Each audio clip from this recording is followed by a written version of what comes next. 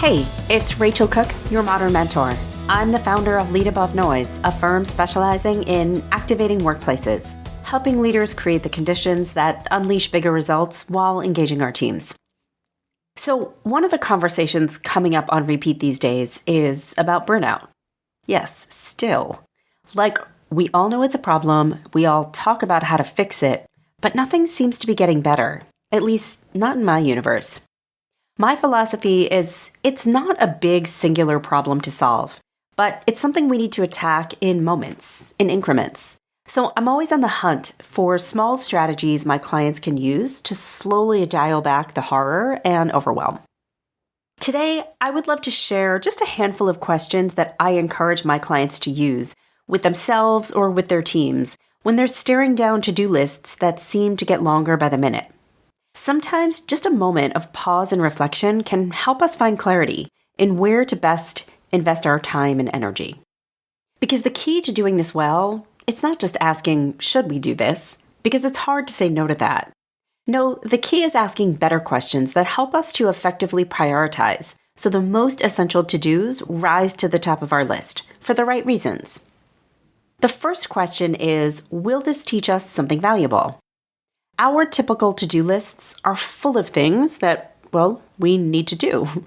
Like attend that meeting, review that spreadsheet, hit that conference, read that article, draft that email, and on and on. But the problem with such a list is that it doesn't offer us a way of discerning, of asking and answering, should I actually do this? Because our time and energy aren't in endless supply. And being great at your job is not about how many things you can do, but how effectively you get done the things that matter most. And often this means making choices. This first question, will it teach us something valuable, is a great place to start, because it's helping us consider whether the time spent will be just time spent, or whether it will be investment in our future. Take that meeting you know you're scheduled to attend. You know what you have to contribute to that conversation, but does it have something to contribute to you in return? You'll get there, you'll share your update or your opinion, and that's important. But is there something you might learn in this meeting? Will there be a discussion about a new tool or a competitor you're interested in learning about? Will there be a conversation about a team that you're interested in collaborating with?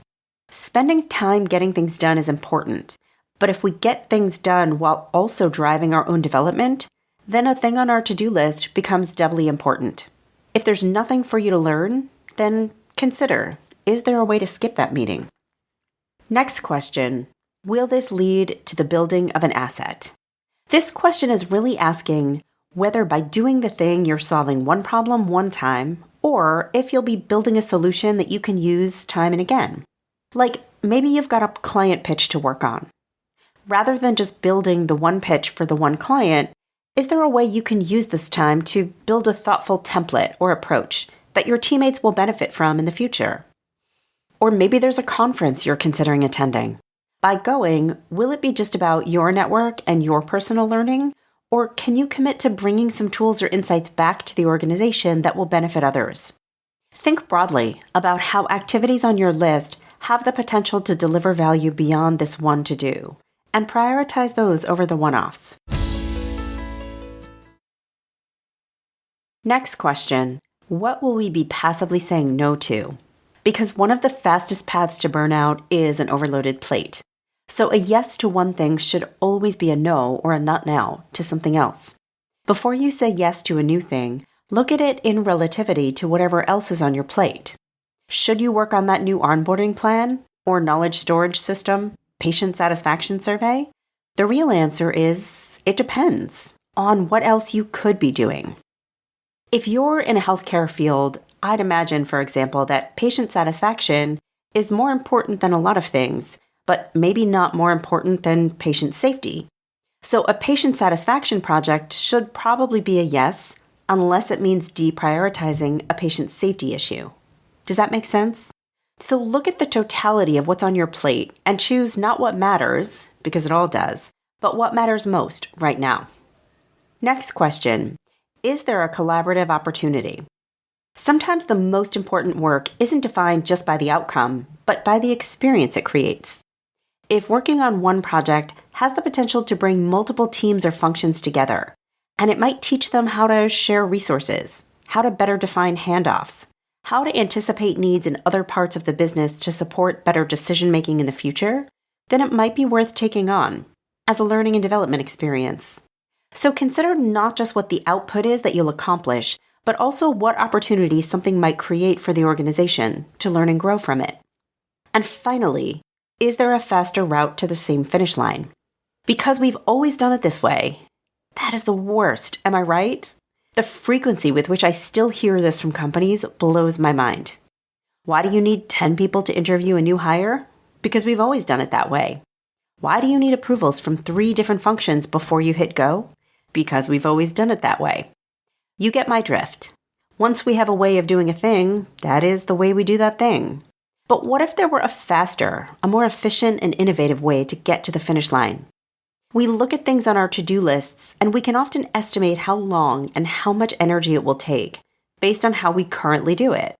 But is there a faster way you could imagine? When the process or protocol is the thing slowing you down, challenge yourself to try something new. Can you repurpose something so you're not starting from zero? Can you pull key decision makers into one conversation together so you're not waiting a month for their consecutive approvals?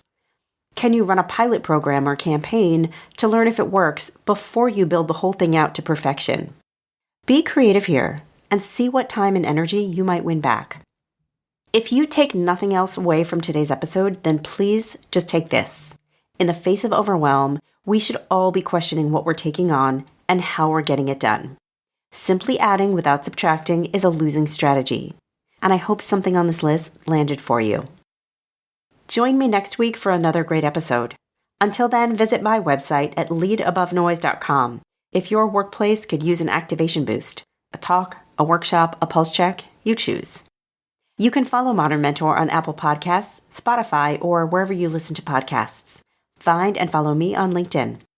Thanks so much for listening and have a successful week. Modern Mentor is a quick and dirty tips podcast. It's audio engineered by Dan Farabend. Our director of podcasts is Brandon Getchus. Our podcast and advertising operations specialist is Morgan Christensen. Our digital operations specialist is Holly Hutchings.